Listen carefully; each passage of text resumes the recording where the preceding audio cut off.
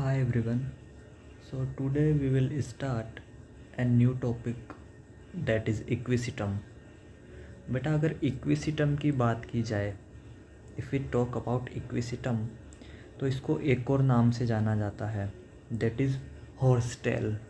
Okay, that is horsetail.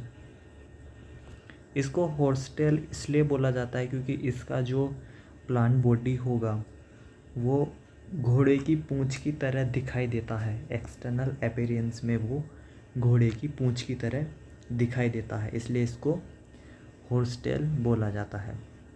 अगर हम इसके क्लासिफिकेशन की बात करें, अगर if we talk about classification, तो इसको स्फेनोफाइटा डिवीज़न में रखा गया है. इसका डिवीज़न क्या है?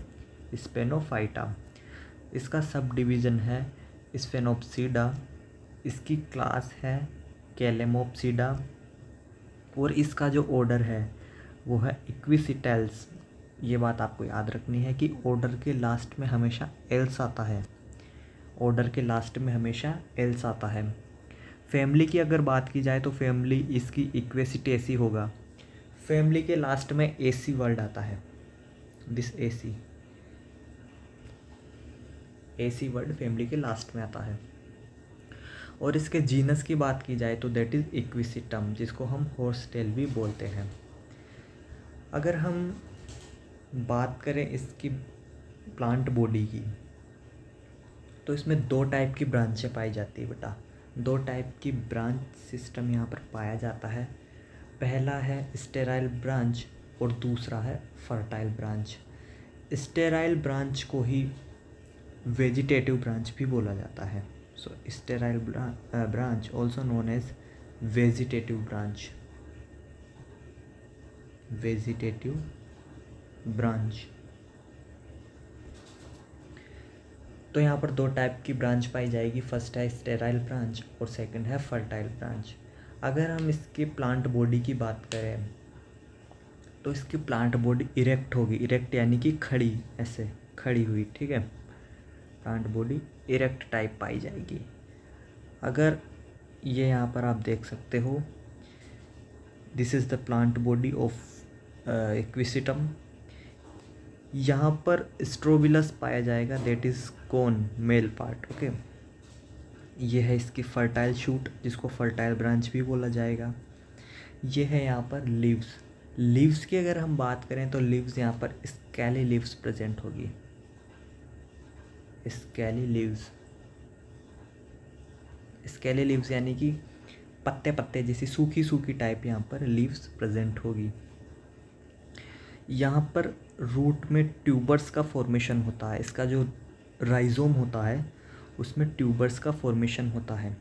ये यहाँ पर आप रूट देख सकते हो, ये राइजोम है. और यहाँ पर नोड और इंटरनोड बताए गए हैं. This is the aerial branch. Okay बेटा, this is the aerial branch. This one is the aerial branch.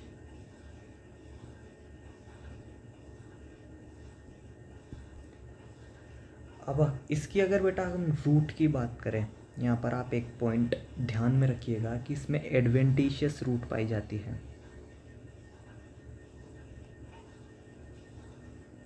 Adventitious root इसमें पाई जाती है. यह आपको इसका इंट्रोडक्शन है जो आपको याद रखना पड़ेगा, जो कि काफ़ी इम्पोर्टेंट है.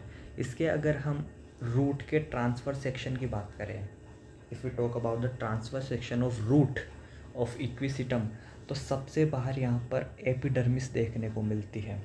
इसी एपिडर्मिस को एपिब्लेमा भी बोला जाता है, ऑल्सो नोन एज एपिब्लेमा. आपको ये बात याद में रखना है कि यहाँ पर रूट हेयर प्रेजेंट होते हैं. रूट हेयर यहाँ पर पाए जाते हैं. अगली स्ट्रक्चर है cortex. Epidermis single layer structure होती है बेटा. This is the outer most structure. Outer most structure ज़्यादा मोटी नहीं होती है, लगभग सिंगल लेयर स्ट्रक्चर ये होती है. उसके बाद आता है कॉर्टेक्स. कॉर्टेक्स के बाद आते हैं endodermis. This is outer endodermis and this is inner endodermis. This is the endodermis. Okay, endodermis के बाद आता है बेटा हमारे जाइलम और फिर आता है phloem. So this is the protoxylem, this is the metaxylem and this is the phloem. ये तीनों मिलकर प्रोटोजाइलम, मेटाजाइलम और फ्लोएम, ये तीनों मिलकर बेटा स्टील बनाते हैं। और यहाँ पर प्रोटो स्टील टाइप की स्टील पाई जाती है। स्टील का टाइप क्या होगा यहाँ पर? यहाँ पर जो स्टील होगी that is proto steel. Proto steel. Steel के ऊपर मैंने एक सेपरेट वीडियो बना रखा है, आप उसे देख सकते हैं। वहाँ पर मैंने पूरे जितने भी टाइप की स्टील्स होती हैं वो सब क्लियर कर रखी है, प्रोटो स्टील, एस्टेरो स्टील्स वगैरह सब। तो आप वो वीडियो ज़रूर देख सकते हैं। रूट में आपको ज़्यादा याद नहीं रखना है, बस इतना ही याद रखना है। इसके बाद अगर हम बात करें टीएस ऑफ एरियल स्टेम की, transverse section of aerial stem की अगर हम बात करें तो इंटरनोड का हमने यहाँ पर ट्रांसवर्स सेक्शन लिया हुआ है। पहले हमने बात की थी रूट की, ये रूट की। अब हम बात करेंगे this is node and internode. सबसे पहले मैं बता देना चाहता हूँ कि नोड क्या होता है और इंटरनोड क्या होता है। नोड और इंटरनोड में ज़्यादा कुछ टफ चीज़ नहीं है, आपने पहले भी पढ़ रखा होगा कि suppose that this is your plant body and this is node, this is node, this is node, और इनके बीच का जो स्पेस होगा this is internode, this is internode. गन्ने का जो स्टेम है, शुगर केन का जो स्टेम है, उसमें आप ये चीज़ें आसानी से देख सकते हो। वहाँ पर क्लियर कट डिवीज़न होता है नोड और इंटरनोड का। अब अगर हम बात करें aerial stem, TS of aerial shoot की, तो बेटा सबसे बाहर वही एपिडर्मिस पाई जाएगी और एपिडर्मिस सिंगल लेयर स्ट्रक्चर ही होती है। दिस इज़ द एपिडर्मिस में यहाँ पर दिस इज एपिडर्मिस। एपिडर्मिस के सतह पर ही, एपिडर्मिस के पास ही स्टोमा होता है। This is the stoma. Epidermis के नीचे पाया जाएगा स्क्लेरेनकाइमा, तो उसके नीचे पाया जाएगा क्लोरेनकाइमा। आपको एक चीज़ यहाँ पर याद रखनी होगी, यहाँ पर दो टाइप की कैनाल्स देखने को मिलती है। ओके, यहाँ पर हमें दो टाइप की कैनाल्स देखने को मिलती है। अगर हम नीचे लिखना चाहें तो यहाँ पर टू टाइप की कैनाल्स देखने को मिलती है। फर्स्ट है वेलेक्यूलर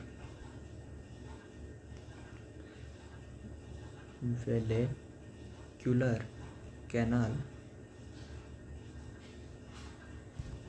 ओके, और दूसरी टाइप की जो कैनाल होगी that is carinal canal. The second is carinal canal. तो यहाँ पर दो टाइप की कैनाल्स पाई जाती है। पहला है वेलेक्यूलर कैनाल और दूसरा है कैरिनल कैनाल। तो अगर हम यहाँ पर चलें तो यहाँ पर है vallecular canal. This is the vallecular canal. Okay बेटा, दिस इज़ वेलेक्यूलर कैनाल। इसके बाद पाई जाती है एंडोडर्मिस और उसके बाद पेरिसाइकिल, और पेरिसाइकिल के बाद हमारे यहाँ पर पाई जाएंगे metaxylem, phloem, protoxylem. This is the carinal canal, this is pith.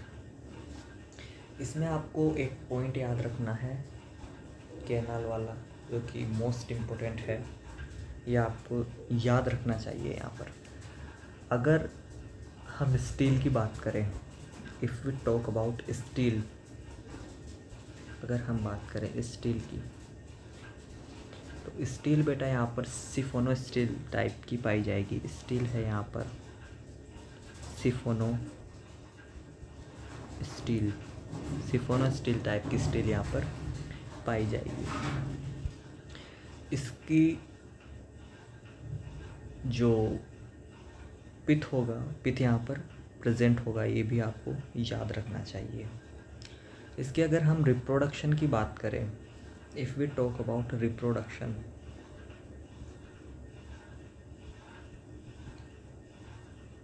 Reproduction में आपको ये याद रखना है कि इसमें 2 टाइप का रिप्रोडक्शन पाया जाता है। पहला है vegetative reproduction, first is vegetative reproduction,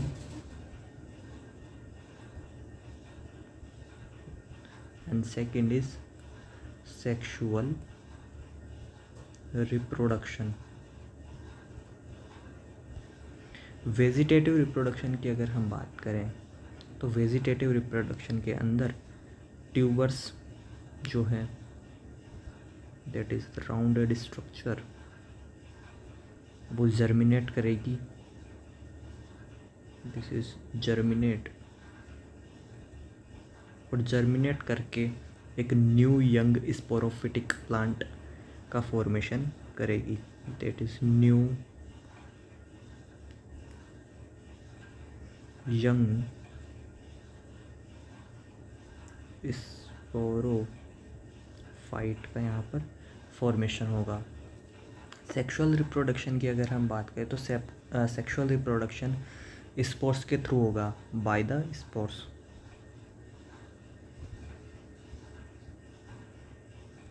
और स्पोर्स जो हैं वो स्पोरेंजिया के अंदर प्रेजेंट होंगे, spores are present in sporangia.